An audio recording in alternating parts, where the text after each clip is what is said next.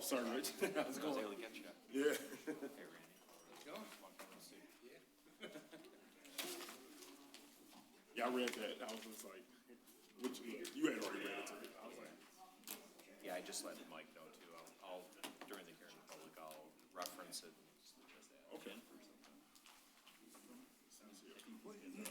We filled one of these out already. Yeah, suck at it. I'm not filling another one out. Yeah. The ones that Harvey, did you mind doing it? Sure, yes. Why are we getting another one of these? We filled one out already. I don't think everybody has. I think that's why everybody's getting Well, it. I did, and I'm not doing another one. I mean, I'll do Rabble another one. rousers. Do you guys, do you need me to do another one? I mean, I did one. If you did one for this year, I Yeah. think, Yeah. okay. And then I think you're good. Okay. Kim might tell us otherwise. Tax prep.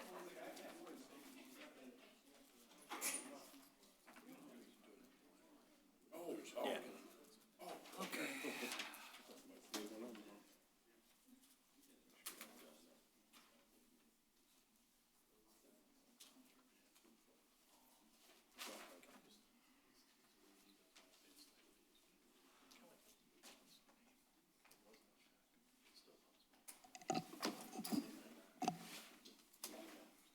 All right, we all set?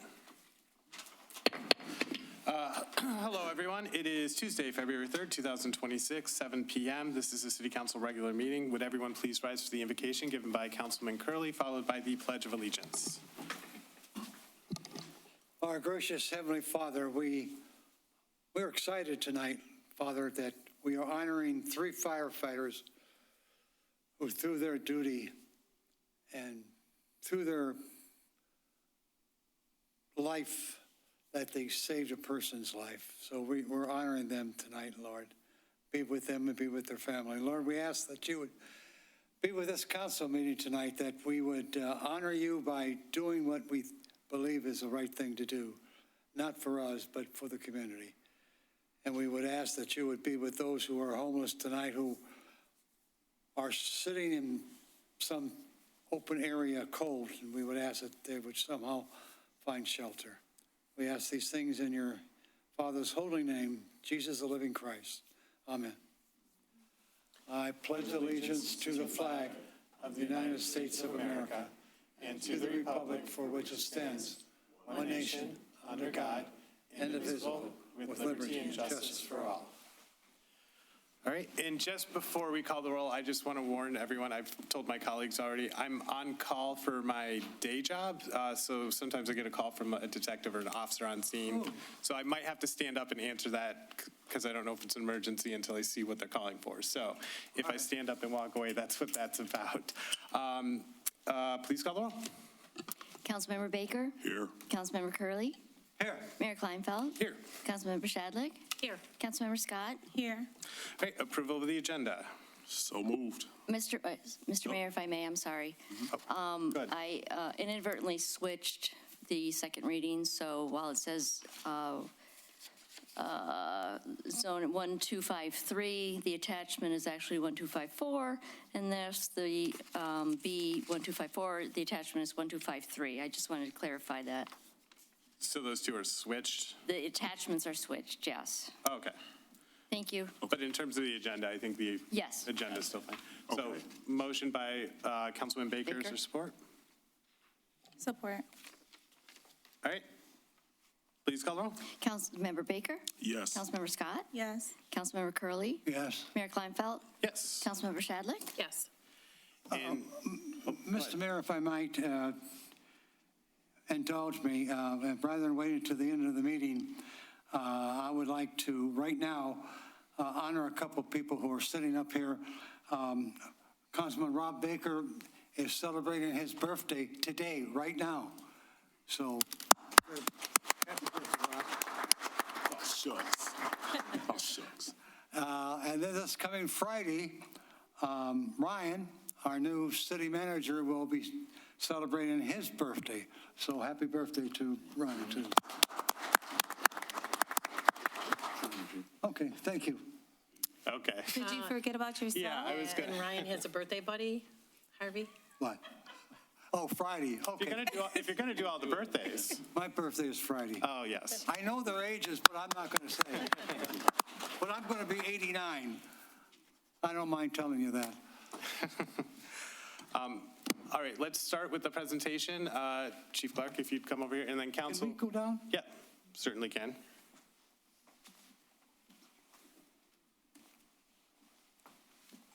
Test.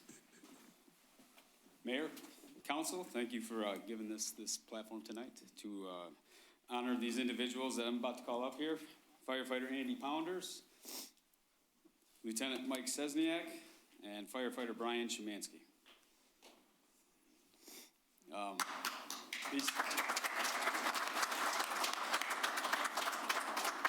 three individuals earned a fire citation through the department, through their actions.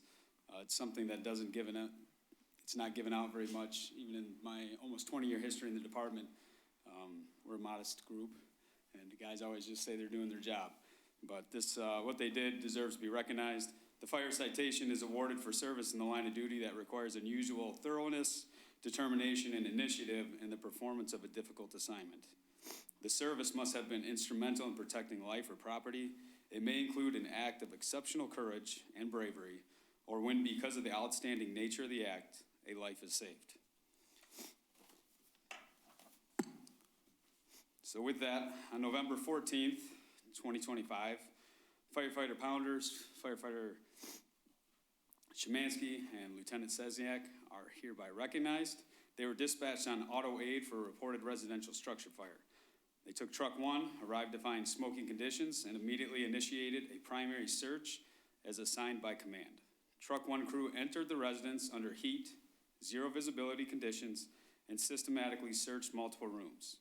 During this search of the Charlie Delta side bedroom, members located an unresponsive victim on the floor between a bed and a large window in an area of heavy smoke and heat. Demonstrating exceptional teamwork and adherence to search practices, the crew rapidly removed the victim from the hazard zone, carried the patient outside to awaiting EMS, and then resumed interior operations to complete the primary search and confirm that no additional victims remained inside.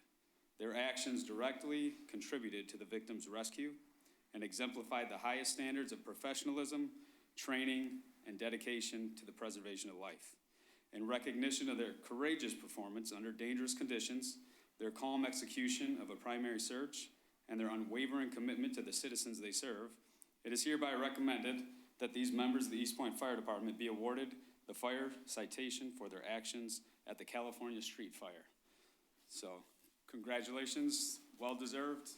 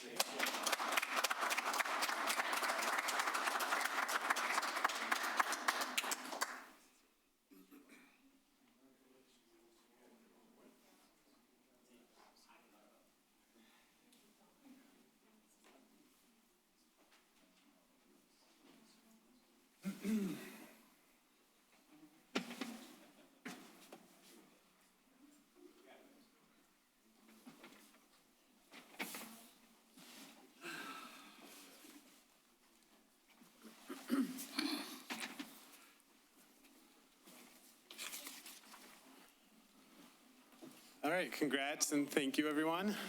Thank you. And we'll move right into the first hearing of the public. The first hearing of the public is now open. Would anyone wish to be heard?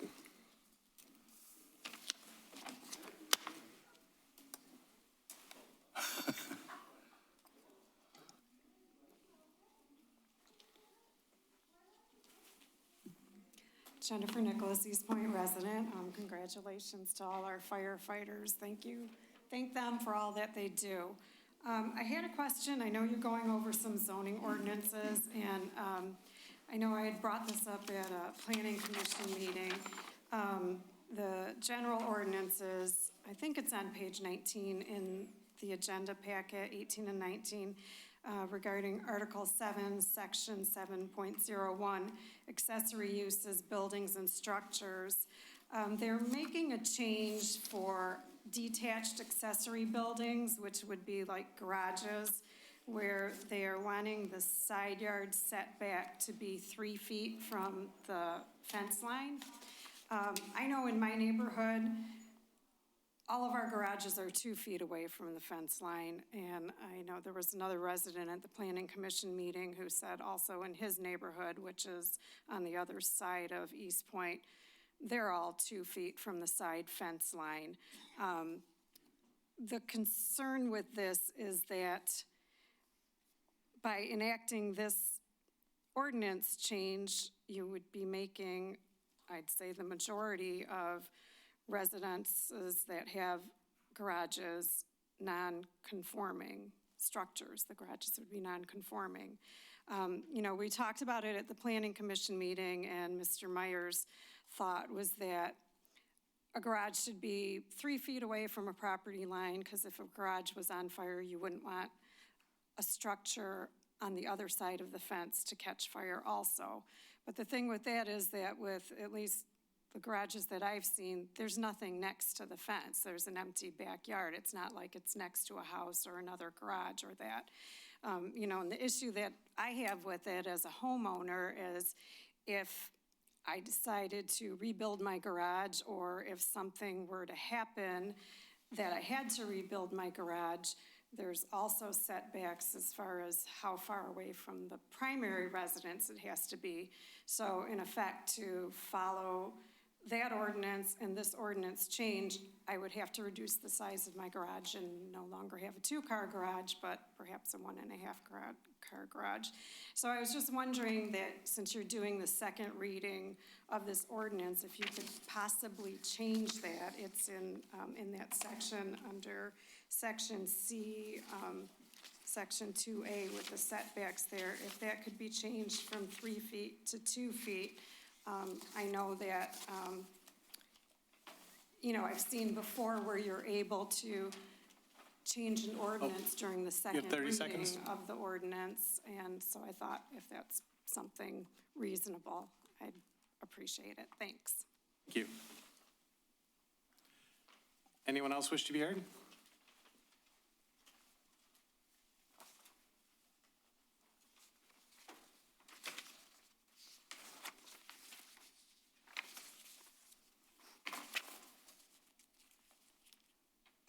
To the council members, I did send you videos in your emails this afternoon, with the exception of Councilman Curley. Unfortunately, I don't have a working email address for you. Anyways, Eastpointe has specific ordinances banning farm animals in addition to exotic and dangerous animals.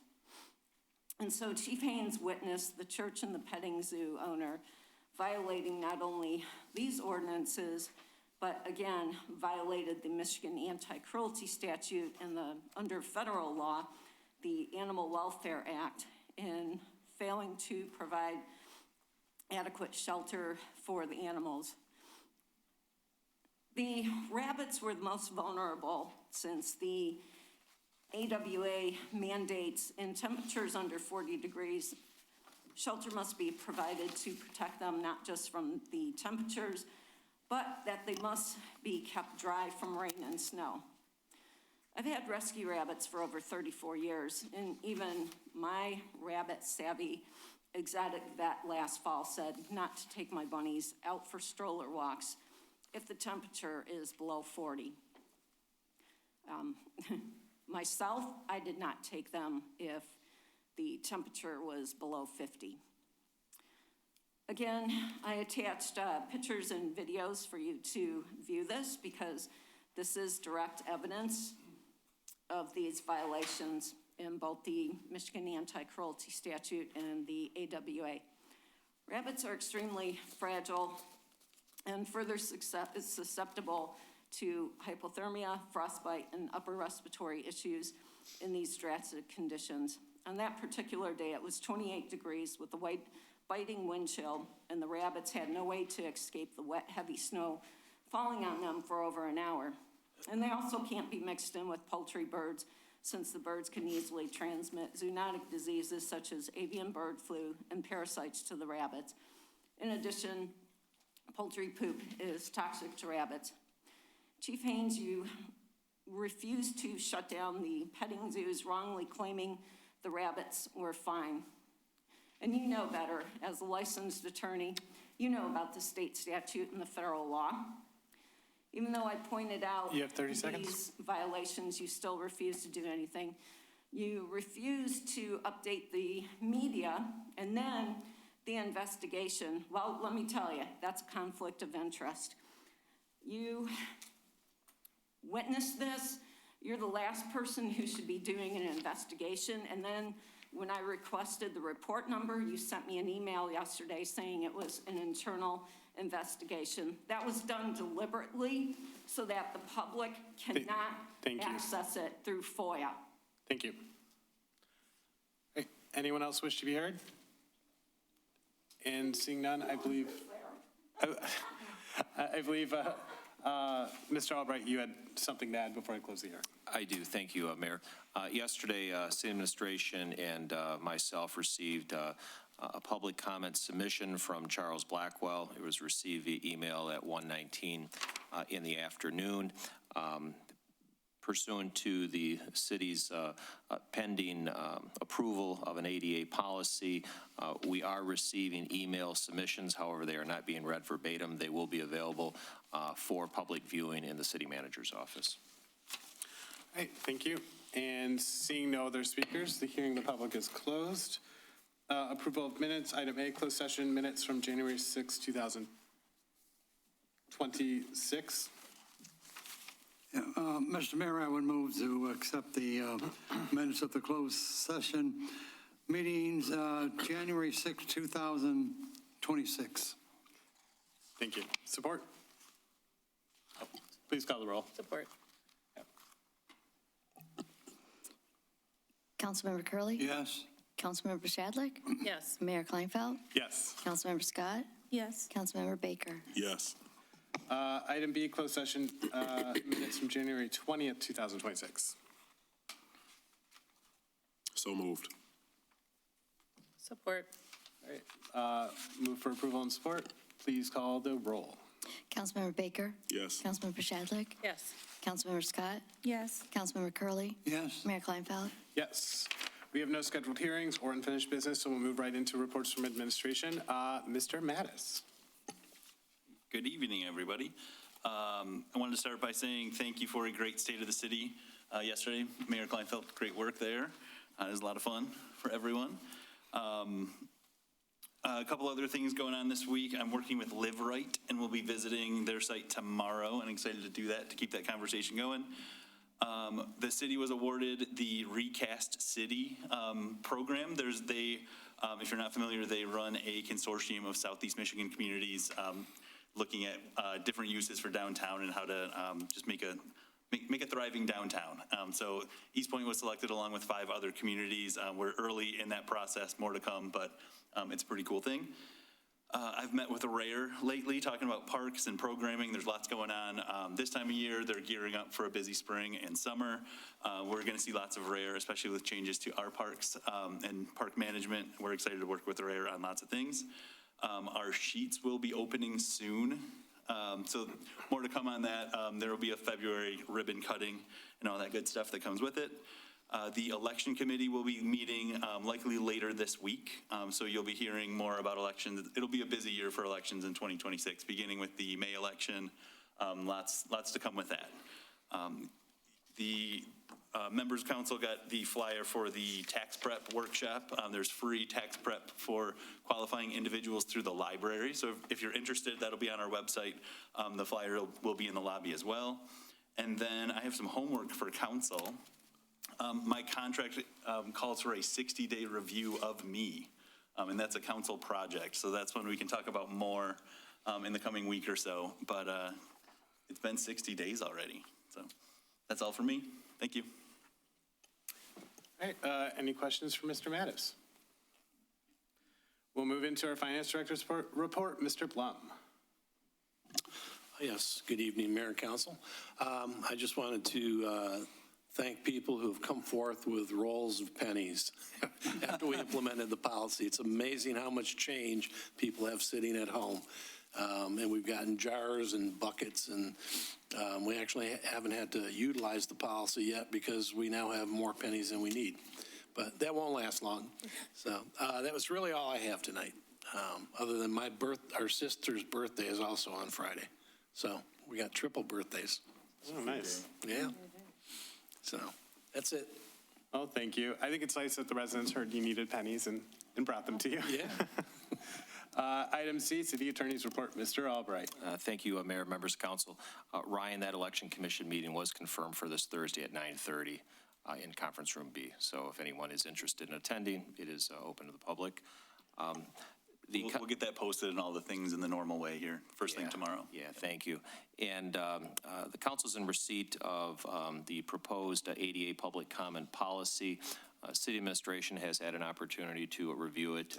Mr. Blum did have some comments which have been incorporated into the proposed document. This isn't a document that would require a first and second reading because it is not an ordinance, it is a policy, so it can be voted on by the council at a future meeting. The council's aware, I'm sure by this time have had a chance to review it. I'm happy to answer any questions, make any revisions, make any deletions that the council sees fit regarding the proposed policy. All right.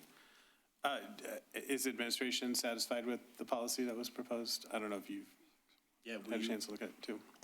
Yes, we will get that shared to council so you have a chance to review before, as soon as the February 17th meeting. Yeah, I mean, Rich has sent out a copy of, I think, the proposal anyway. So whenever you guys want to put on the agenda, it would be fine with me. Okay, I'll make sure it gets sent. I'll send a request over to city administration for the next meeting then. And, at the last meeting, there were several proposed ordinance amendments to the animal ordinance regarding microchipping and also about leaving animals in cars. I didn't know if the council had a chance to further review those proposals. Those are being brought by the city's animal control officer. I think those, I'd rather kick that over to Ryan to determine what and how he wants to put that on the agenda. And, Okay. If you want to do any background information after you've had a chance to look at it. Okay. And then Mayor, Council's in receipt of our monthly status report. I'm happy to answer any questions. Okay. Any questions for Mr. Albright? All right, thank you. Thank you very much. We'll move into new business. Item A is second reading and adoption of ordinance number 1253 zoning text amendments. Now, as was mentioned earlier, the attachment was for the next item, so the attachment on item B is what this is actually for, which is the adult use item. So I guess I'll open it would anyone want to make a motion on ordinance 1253? Okay, wait a minute. I missed the last part of what you said. You said something about it being switched and one was for an attachment for item B. Is that what you said? If I understood, and I had my papers in front of me, and Kim, correct me if I'm saying this wrong. Just what was attached behind memo for item A was for item B, and what was behind item B was for item A. Is that right? Correct, thank you. Yeah, so it was just out of order. Okay, I got you.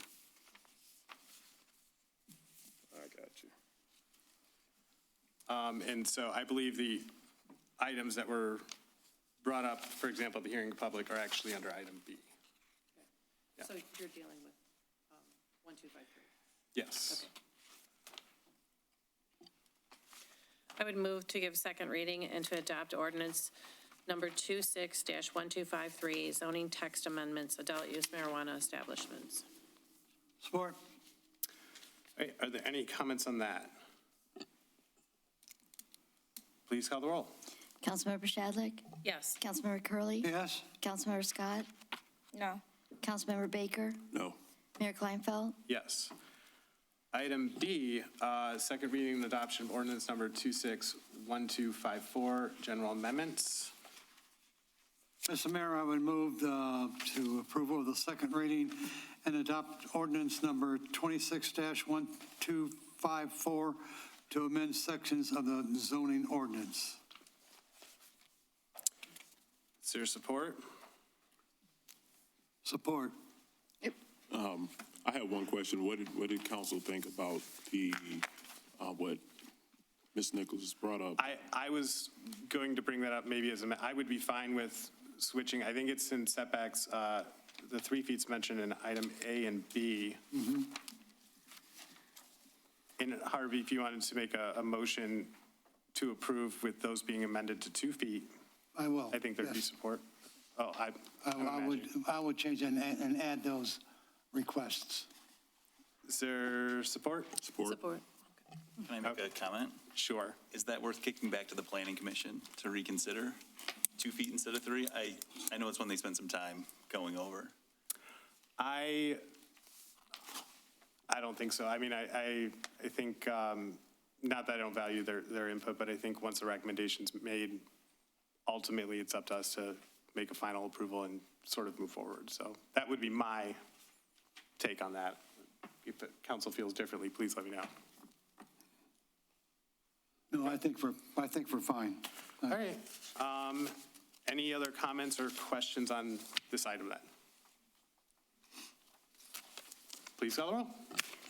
Mr. Mayor, I didn't get the support. I'm sorry. I got Support. Councilmember Curley twice. Councilman Baker, well, yeah, Councilman Baker supported it the second time. Thank you. Councilmember Curley? Yes. Councilmember Baker? Yes. Mayor Kleinfeld? Yes. Councilmember Shadlick? Yes. Councilmember Scott? Yes. Item C, approval resolution 26-2011, authorize the Stevens Road Planning Grant Matching Funds. Would anyone like to make a motion? Couple questions before I make the motion. Sure. We're on for the Stevenson discussion? Stevens. Yes. I would assume there's going to be opportunity for public input and council input. And the amount of money, what is it, $46,569 that AAW would charge to make recommendations for the 4 cities? Yes. There will be adequate input on this plan, definitely. This piece of it is just planning among the 4 communities, so those costs are split, our portion being the 6,192, based on total length of the trail. Yeah, I just want to make sure that there's plenty of input from us and plenty of input from the citizens of what they're looking for. And Yep, I think there'll be an option. I mean, this is just sort of looking at it and planning, and then we'll ultimately have to make a decision. So it's just planning then, correct, City Manager? Correct, at this point. Did you have other questions? no, All right. Did anyone want to make a motion? I move to approve resolution number 26-2011 to authorize the Stevens Road Planning Grant Matching Funds in the amount of $6,192. Is there support? Support. Any other comments or questions? Please call the roll. Councilmember Baker? Yes. Councilmember Scott? Yes. Mayor Kleinfeld? Yes. Councilmember Shadlick? Yes. Councilmember Curley? yes. All right, item D, review of opioid funding. I would like to motion for reconsideration and review of the earmarks that we received. So I know I looked at the planned expenditures sent out by Mr. Blum, and so we did have some exhibits, so I wanted to designate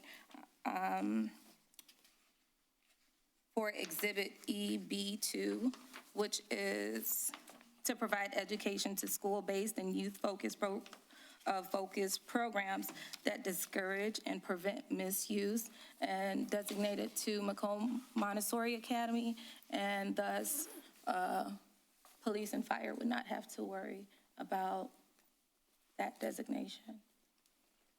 Okay, so first, I guess I'll break down. So first, you're making a motion to reconsider? Yes. Okay, I'll support that, and then maybe we have the full discussion if there's, council's fine with that.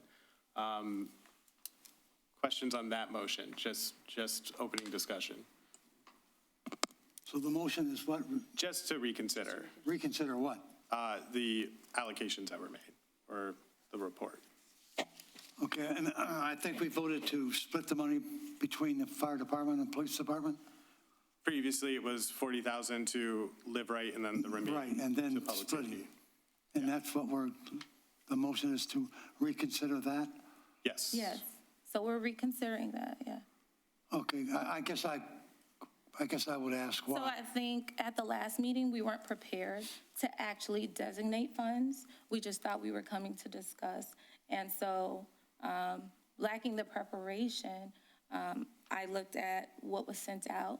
And so I do see designations specific to Exhibit EB4, which is directed towards Live Right. And we have EB3, which is directed towards first responders, public safety. But I think we also discussed designating funds for programs that were school-based. And we don't have anything specific, so I would just prefer that we specify the exhibit and just designate it just to a school to just avoid any of that complication. So we still can have money go to fire and to public safety, but I would like to designate maybe 40,000 to Macomb Montessori, and they can focus on the school-based and youth programs to prevent misuse of opioids. And I did, Councilwoman Scott brought it up to me before the meeting today. And she explained, at the last meeting wasn't prepared to pitch anyone. And I thought it was fair if she wanted to ask council to consider allocating for something, to let her make that argument.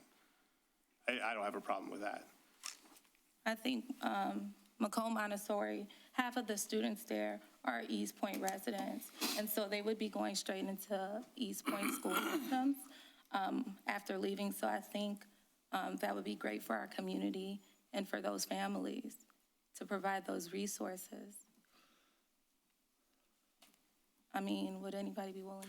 So what I'd like to do, just to kind of keep it organized, because there was a motion at the last meeting, is just do a motion to reconsider first, and then if that passes, then I guess whatever you're specifically thinking, you can pitch that to council and then debate it at that point. Does that make sense to everyone? Yes. So right now, just if the vote, we're just going to vote on whether or not to even reconsider. All right, I understand that. Please call the roll. Councilmember Scott? Yes. Mayor Kleinfeld? Yes. Councilmember Shadlick? Yes. Councilmember Baker? Yes. Councilmember Curley. No, Okay. So now at this point, I guess, would you like to kind of specifically Yes, so. articulate what you were asking for?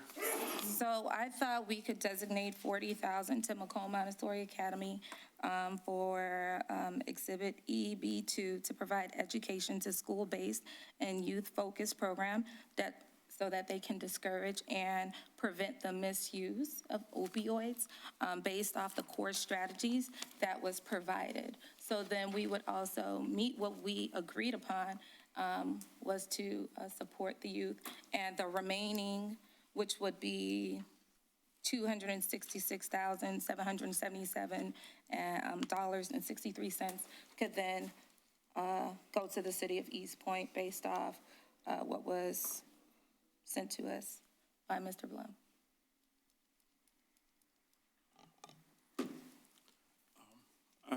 Mayor, I have a question. So, and I don't know even the right way to ask it. I know what I'm thinking, but I guess my question is, because I was thinking about this even after our last meeting, is that designating funds to like Live Right and to the school now. I guess I want to make sure, I guess I want to ask, what is the proper way for us to do that? Like, I think there needs to be some conversation as to how we do it. I don't have a problem with providing funds. I just want to make sure we do it the right way so that, not that either entity would, but that way money, we are certain that money goes where it's supposed to go. So I think that's a really good question. And I see Randy, I haven't spoken to you yet. My understanding was this is saying to the state, this is what we're kind of planning on doing. But realistically, before we do anything, we would have to get it into our budget, wouldn't we? Well, there's that. We also talked that we would actually have to have a contract with these entities, agreeing on what they're going to perform. And then because you have to track it, what's spent, it would be a reimbursable amount where they would have to spend the money, submit for reimbursement out of that pool. It's not like we're cutting a check for $40,000 and walking away. So it was going to, that was our discussion on the Live Right, and the same would apply for any other designation, just so we have documentation of how the money had been spent. And that being a contract of an amount that high, we'd probably approve that at council level, Right. right? Okay. Yep. So I think this is just saying, hey, this is what we'd like to do with the funds. Kind of go to them and say, Eastpointe's interested in supporting you. What do you guys say? And if you'd have to figure it out from there. And if they pull a CDBG and not spend it, it can be reallocated somewhere else. Okay. So, Okay. I got, I guess, one more question for Mr. Blum. Would, I guess, would you advise that we maybe put it in as allocating amount up to the 40,000? Because, you know, they might not need that much, but it's there if they need it, but if not, then, you know. yeah, and there's no specific time frame right now from the state on when we have to spend it. So council could designate, you know, here's up to 40,000 over 2 years, 3 years, 4 years, whatever. But that's the kind of agreement we'd have to put in place.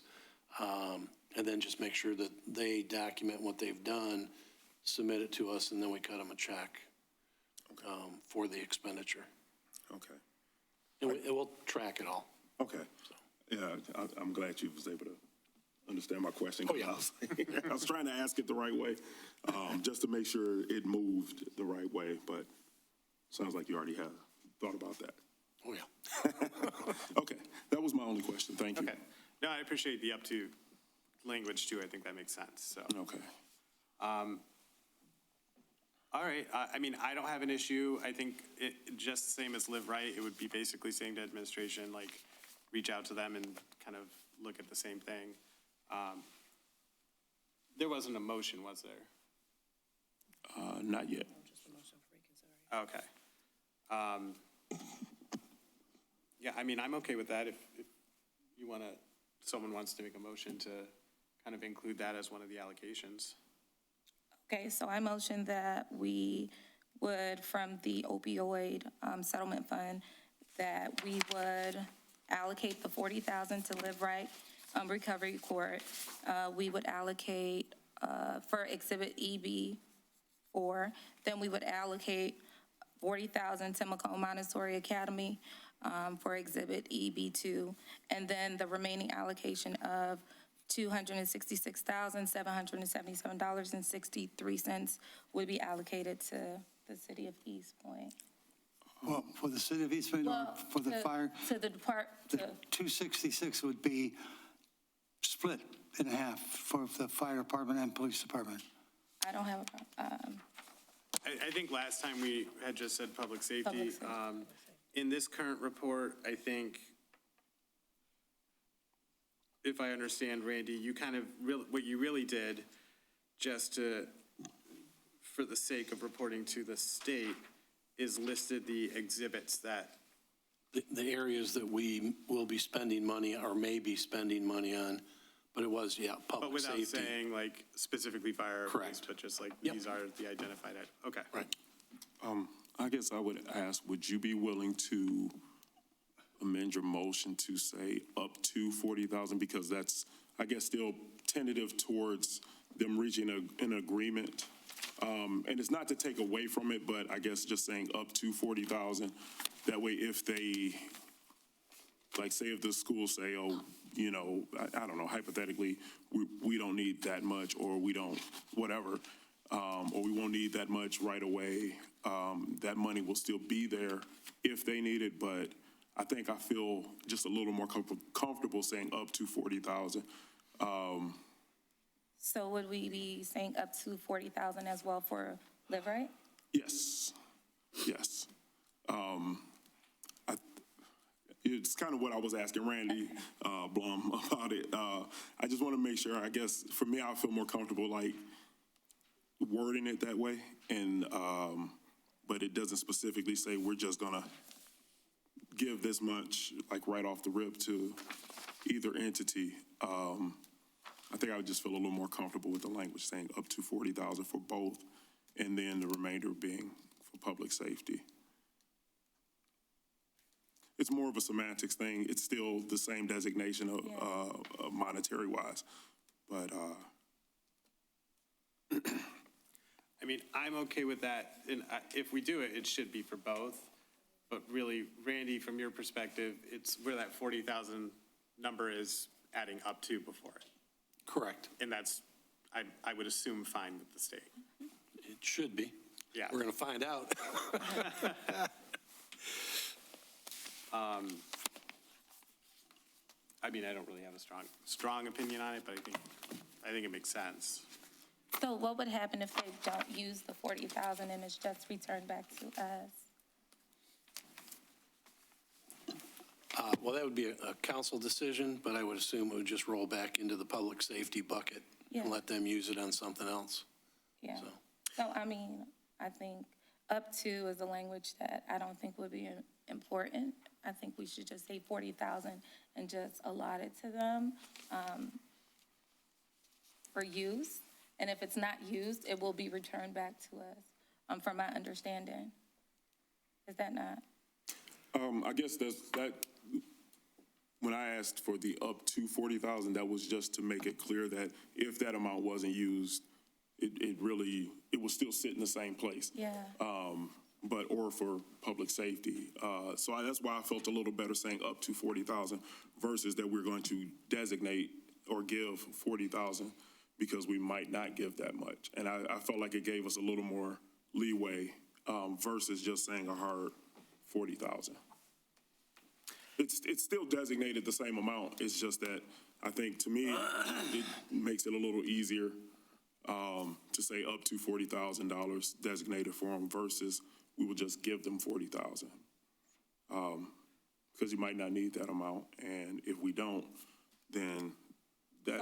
So are we saying, are we giving up to $266,777.63 to public safety?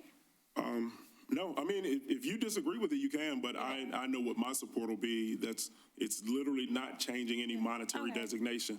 But to me, just for clarity, I'm more comfortable with saying up to, but that's just my position. Some rest of the council may feel differently. I think I don't mind having that language. And honestly, the more I'm thinking about it sitting here, I don't know that this is really where that decision gets made. I think when we have the discussion on the agreement and when we actually set the amounts in the budget, because when we set the amounts in the budget, that money sits there until, I mean, it wouldn't even roll back into the rest of it until it was unspent and we shifted it back in. I mean, Randy, correct me if I'm wrong. Like, if it's earmarked in the budget, it sits there until we take it out. Until or it's council spent. takes action, yep. Yeah. And so I think that at that time, that's where because when you allocate any money in the budget, it doesn't mean a department must spend it. So, it's like when they get to the fiscal year, I'm like, don't drain the bank accounts. It's fine if you guys didn't have to use it all this year. So either way is fine with me. I'm fine with adding, but at the end of the day, I'm fine with adding sort of that second earmark in that chunk of money. So. Mr. Mayor or Council or somebody, help me out here. We've said that the money would go to public safety. And I'm getting confused. If public safety mean half would go to the police department and half goes to the fire department? Or does the entire amount go to public safety? Public safety was like the umbrella that included both the fire and the police department. It was a So broader term. in reality, the police and fire department are going to split that money. I think that was kind of a discussion for when we found out what they thought they could do with it. I mean, I think administration would take a look at that and maybe figure it out. The public safety designation was to tie their hands a little bit less Well, on that. okay, because when we first started this discussion, and I don't remember exactly what the previous motion said, but it was a clear understanding that the fire department would get half of the money and the police department would get the other half. And No, we had that discussion, but that specifically was not the result. well, I'd like to find out, does anybody have the previous motion from 2 weeks ago? You see, that's not the case, but I don't agree. I think that was the case. And I think the disagreement that you and I had, the only disagreement that you and I had is because you said they have to come back to check with the city council if they wanted to, how they wanted to spend the money. Come back to the council, and you and I pretty much bitterly disagreed with that. If it fell outside the designation, if they wanted to do something that we didn't say was one of the purposes. So Well, how would you know what the purposes are? We outlined them, we discussed them during the meeting. So now that we're having the motion for reconsideration, when we have the document prepared by Mr. Blum that has the subsections specifically highlighted on, these are what the purposes that the city intends to spend the money on, I think we could just make a new motion if you want to make it clear. If you want to do half to police and half to fire, we can make that change. That's not a hill I'm trying to die on. Ryan, what was your understanding? Sure, thanks for the question. We don't have to commit every nickel and dime at this point. We do know that the total amount will change based on not only interest accrued, but the opioid settlements are still continuing to come in and be received by the city. So it's really hard to put an exact number on the total amount available. Based on the list of qualifying categories where we can spend that, there are many that fall under the public safety umbrella. So many are police-led, many are fire-led. It kind of depends. But just allocating towards that bucket gives us flexibility to determine programs or different expenditures that make sense for our community. So at this point, I think it's a good choice to just have that as a kind of a broad stroke. We can paint with a broad brush at this point, and we will fine tune that over time as we learn more, as we determine what the best programming will be, what the expenses are related to that, and go from there. Does that help? No, but that's okay. Well, what I can say is I'll be willing to support it being a 50-50 split between fire and police. So, I mean, if you want me to put that in my motion? Well, Your motion, your call. yeah. I think after your comments, now I'm feeling again like the public safety might be. So I don't think it's really, if we keep it as public safety broadly, I think it's going to come back to us, or we'll be notified of what administration wants to do with that money.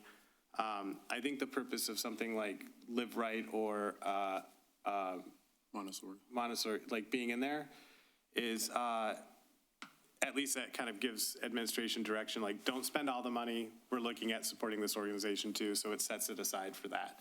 So I think really that's probably, so I think it makes sense that Councilman Scott brought it up now, because otherwise, we came at the last meeting, I don't think there was a preparation to say, hey, I have a specific organization to consider. They'll get edged out of consideration if we don't at least have it earmarked there to say, hey, look at engaging them too. So I guess I'll support whatever motion, if you want to do 40,000 to one, 40,000 the other, remaining, however you want to do the remaining. Okay, so it's gonna be the same motion. I'm not adding up to 40,000. I'm just gonna say 40,000. It's fine. Okay. I was done with it. Okay, cool. I'm like, I was sitting there waiting for the vote. Like, So 40,000 would be designated to Live Right, 40,000 designated to Magone Montessori Academy, and the remaining $266,777.63 to public safety. Mayor, I'd like to I'll ask, support. I'd like to ask Randy. Randy, how did whoever determine how much money we get, how did that come about? How did they determine that? And who determined it? There was various lawsuit settlements throughout the country. They were allocated to states and communities. I have no clue how they came up with the dollar amounts, how we got anything. We get notice of receiving dollar amounts, and the checks show up, and now we have specific areas we can spend it on. But I was not a party to the lawsuit, so I don't know. You just know not to turn it away. Yeah. Gotcha. Yeah. Put the check in the bank. And Councilwoman Scott, actually the clarification that they gave about whether we say up to or not, the discussion they had, like, I'm comfortable either way, because our hands, it doesn't really tie our hands. So that's all I needed to hear. So I'm good with it. Okay. Any other comments? No. Please call the roll. Councilmember Scott? Yes. Mayor Kleinfeld? Yes. Councilmember Baker? Yes. Councilmember Curley. No. Councilmember Shadlick? No. All right, and I've lost my agenda. Are we at the Payroll and payroll of bills? Yep. Okay, that's what I figured. All right, I move that we pay the bills in the amount of $2,498,364.13. Is there support? Support. All right, any questions? Please call the roll. Councilmember Baker? Yes. Councilmember Scott? Yes. Councilmember Curley. Yes. Mayor Kleinfeld? Yes. Councilmember Shadlick? Yes. All right, and with that, the second hearing of the public is open. Would anyone wish to be heard?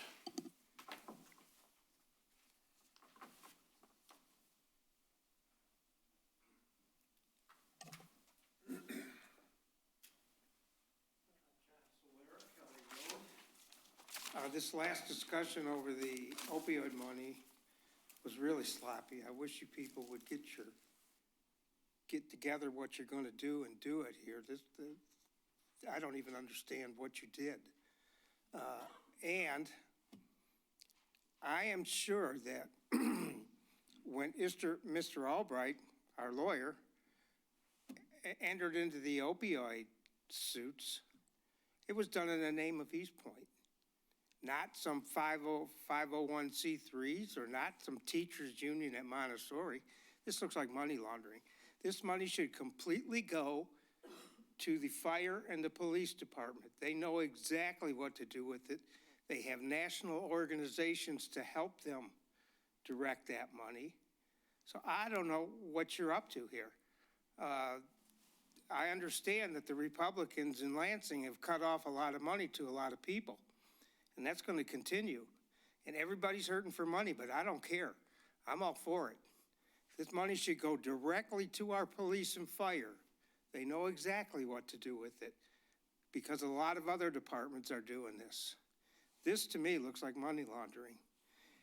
I demand the council release immediately the minutes of the closed meeting with the Moses Rose's group.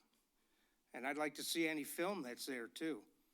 I need to see this council sitting around smoking blunts, passing around money in paper bags, because we know Moses Rose's is an entirely cash business. And I don't trust any of yous. So, once again, the police department and the fire department, you people, we're not here to support Montessori schools or live better, whatever. So who's going to track these 501c3s and see, you know, if they're politically motivated or what? We know the teachers' unions are politically motivated. They're entirely democratic. So I say give that money to the police and fire department and let them do what they need to do. They fight opioids on the street. They send the fire trucks to pick up the victims. You have 30 seconds. The police chief is in charge of keeping opioids out of our communities, doing the policing that's necessary to do that from all these cartels that have entered since Joe Biden took over. So the money goes to them. I don't know what you guys are arguing about, because I didn't even understand that resolution. You guys sit up here and hem back and forth, and I don't know what you even came to a conclusion to. Thank you very much.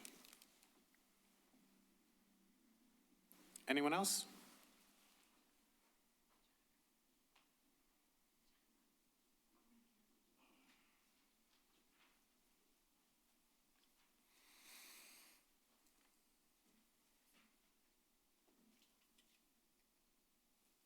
I just received this a few minutes ago. As a licensed veterinarian, I have significant concerns regarding the conditions under which rabbits were housed and exhibited at an event described as a nativity scene with live animals. Based on available information, the animals were used in what functionally operated as a petting zoo involving prolonged confinement, transport, and public exposure. The event itself was scheduled from approximately 5 to 6 p.m. However, the animals were reportedly confined for a total of approximately 4 hours. This included at least 2 hours spent inside a silver metal trailer that was not fully enclosed, followed by outdoor exhibition. The rabbits contained in carriers were not housed inside a climate-controlled vehicle cab during transport or staging. As a result, they were exposed to ambient outdoor temperatures below 40 degrees Fahrenheit for a prolonged period. Rabbits are highly susceptible to cold, stress, and hypothermia, particularly when confined, inactive, and unable to freely thermoregulate. Sub 40 degree Fahrenheit exposure increases the risk of hypothermia, immune suppression, gastrointestinal ileus, GI stasis, and respiratory disease. Metal trailers and carriers exacerbate heat loss, especially when ventilation gaps allow wind penetration. Prolonged exposure under these conditions without access to a warm and closed temperature-regulated environment does not meet generally accepted veterinary standards for adequate shelter or species-appropriate care. Additional concerns arise from the reported proximity of rabbits to poultry birds during the event. Housing rabbits and poultry together presents a well-recognized disease risk. Poultry commonly carry pathogens such as Pasteurella Salmonella, and pathogenic E. coli, which may be asymptomatic in birds but can cause severe or fatal illness in rabbits. Transmission can occur through shared airspace, dust, fecal contamination, bedding, or indirect contact. Rabbits are particularly vulnerable due to their sensitive respiratory systems and stress-mediated immune suppression. You have 30 seconds. The combination of cold exposure, confinement, transport, stress, public handling, and mixed species proximity substantially elevates the risk of acute illness and delayed morbidity in rabbits. Stress from these conditions can mask early clinical signs, meaning adverse outcomes may not be immediately apparent at the event itself. The assertion that rabbits live outside on a farm does not negate these concerns. Thank you very much. I'll email this to you guys. Thank you. Anyone else wish to be heard?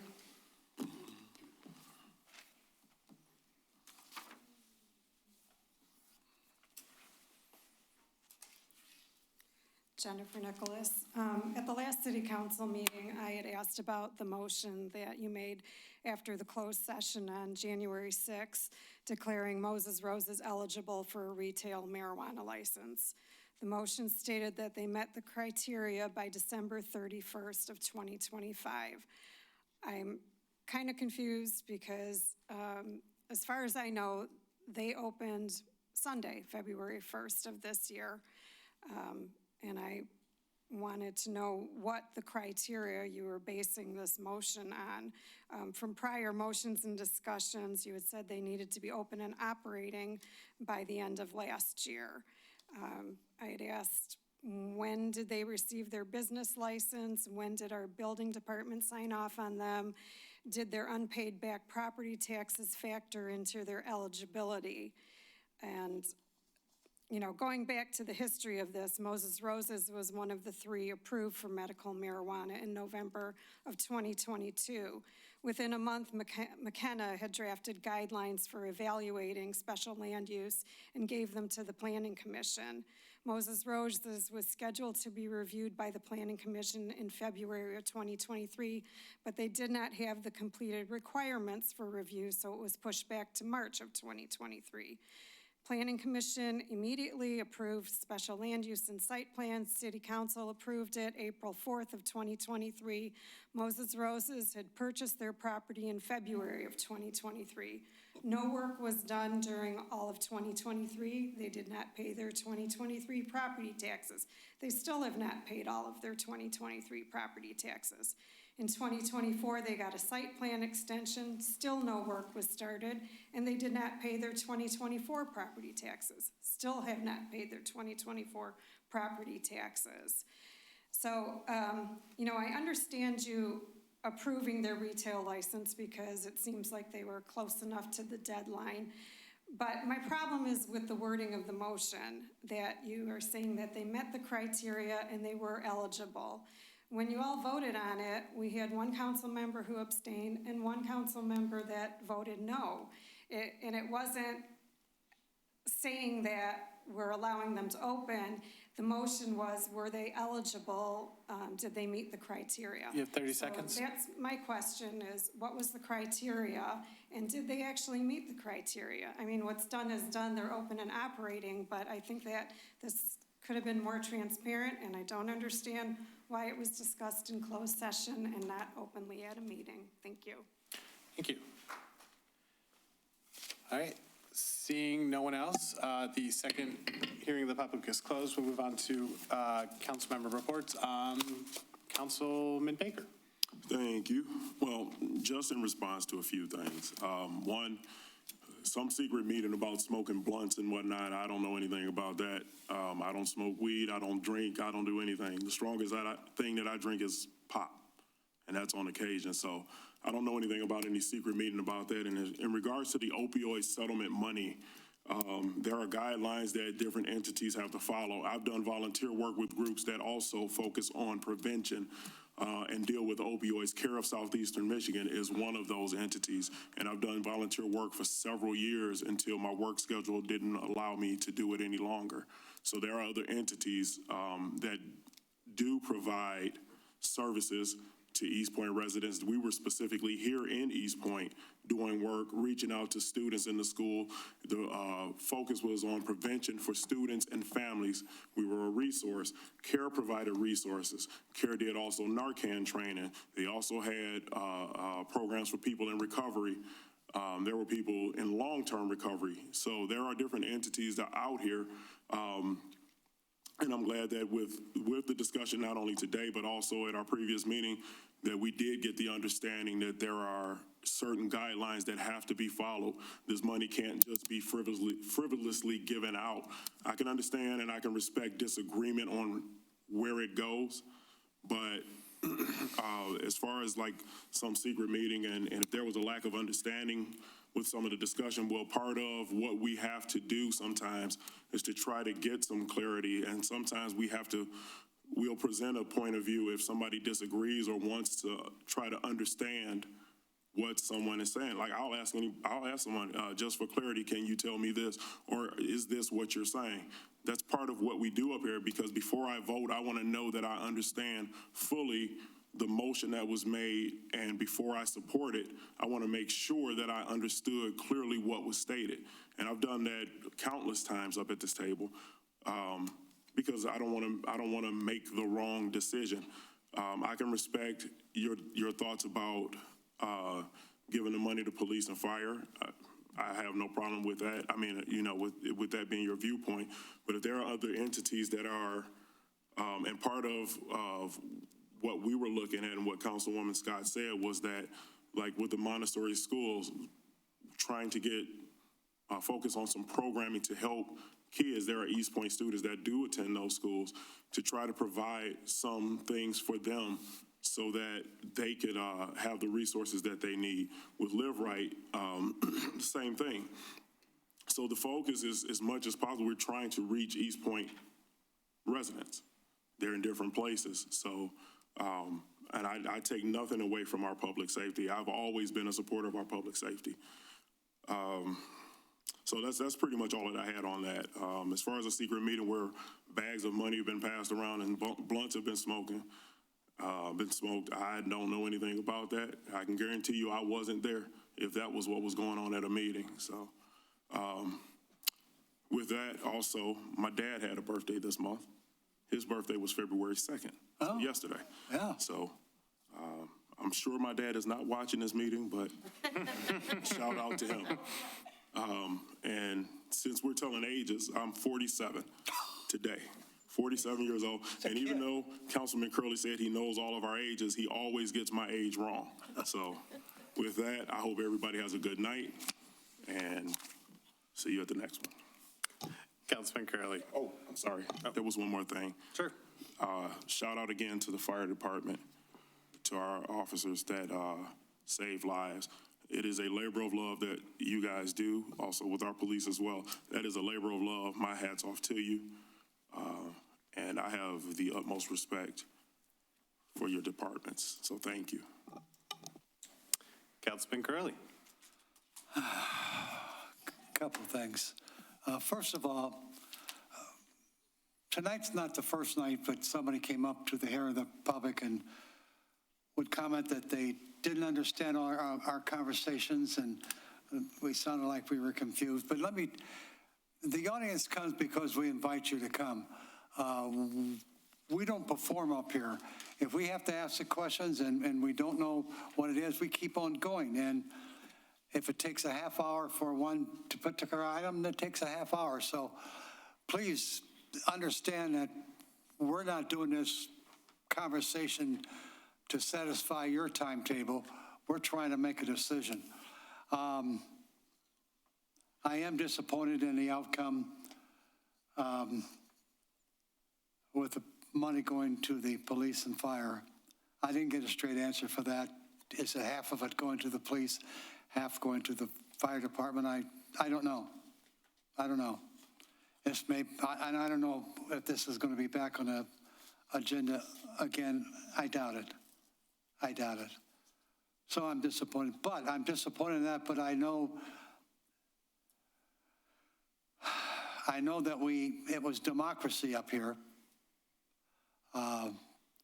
that everybody gave their opinion, and then everybody voted the way they wanted to vote. And that's okay. That's fine. Lastly, sir,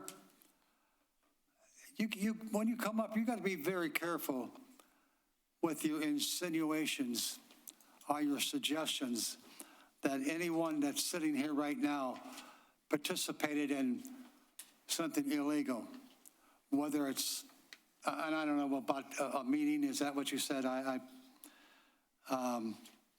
That's not the truth, but you're getting very close to being, I don't know what, but it's not necessary. It's not necessary to come up and make those accusations. If you don't understand what we're doing, just Sit back and relax. You're not going to leave early anyway. So it doesn't matter if we take 40 minutes on a subject or an hour and a half. What do you care? If you don't like it, person can leave. But you're still here, so you went through the process. You may got a little antsy, but that's okay. So I got antsy too, and I'm still antsy, but that's okay. Other than that, I've just asked that everybody would try to be positive. Our country's going to survive. Our country has went through some terrible things in our history of 250 years. And we're going to get through this. I can see it coming. I can see the judges not backing down. And that's a good start. That's a good start. So I pray for the people in Minnesota. Even as we speak now, they're out demonstrating. No violence. No buildings have been burned down. They're protesting in a great way. So let them protest. It's colder than hell over there. I don't know if I'd be out with the cold weather like that, but they're not harming anybody. The only harm that they're getting is the people from ICE that are doing the things that they've done. So I don't want to hear from anybody that they're being disruptive. They're not being disruptive. They're doing what Americans always done, protest. So I'm done. All right. Councilwoman Shadlick. I'd just like to congratulate our firefighters again. That was a wonderful award for them, and we do appreciate all of our public safety. Happy birthday, Rob, and as well as to Harvey and Ryan on Friday. And that's all I have. Councilwoman Scott. All right, so I would like to also acknowledge the birthdays here to Rob, to Harvey, and also to Ryan. Also, February is American Heart Month, so I have currently been doing the Kids Heart Challenge, but you can do the Healthy Heart Challenge for the month of February with the American Heart Association. On February 6th, if you wear red, that would support women cardiovascular health. Based off my research and statistics, there is one heart attack every 40 seconds. So annually, we have about 805,000 heart attacks a year. 605,000 are new heart attacks. And what we can do is actually learn how to do CPR to help save lives. So if CPR is administered within the first 5 minutes, it actually increases the chance, 75% of the chance of the person who experienced a cardiac issue to survive. Heart disease is the #1 disease in the world and the #1 disease in the United States. It is also Black History Month, and so I would like to make mention to two Black inventors. We have Dale Hale Williams, who was the first successful heart surgeon, and also Garrett Morgan, who also created the gas mask, which fire departments, soldiers use. I would like to also congratulate the fire department for everything they did on November 14 of 2025. And I would also like to remind everybody on February 16, we will be planning for the Memorial Day Parade at the Military Museum at 6:30. So I would invite anybody who's interested to come out February 16, 6:30 at the Military Museum. Thank you. Thank you very much. I'd like to start by just saying congratulations to our firefighters, and thank you, Chief Clark, for making the time and bringing something like that to our meeting. I know Corey's done some recently, and I appreciate that because I think we talk about a lot of problems up here, but we also need to tout our employees when they're doing a great job and do something right. So thank you very much, and congratulations to them. just regarding, I guess, the debate, I know sometimes it can look a little, it can take a little long and seem like it's unorganized, but that's because we have our sunshine laws here. We have to have the debate at the table. We can't call each other up and organize how we're going to vote.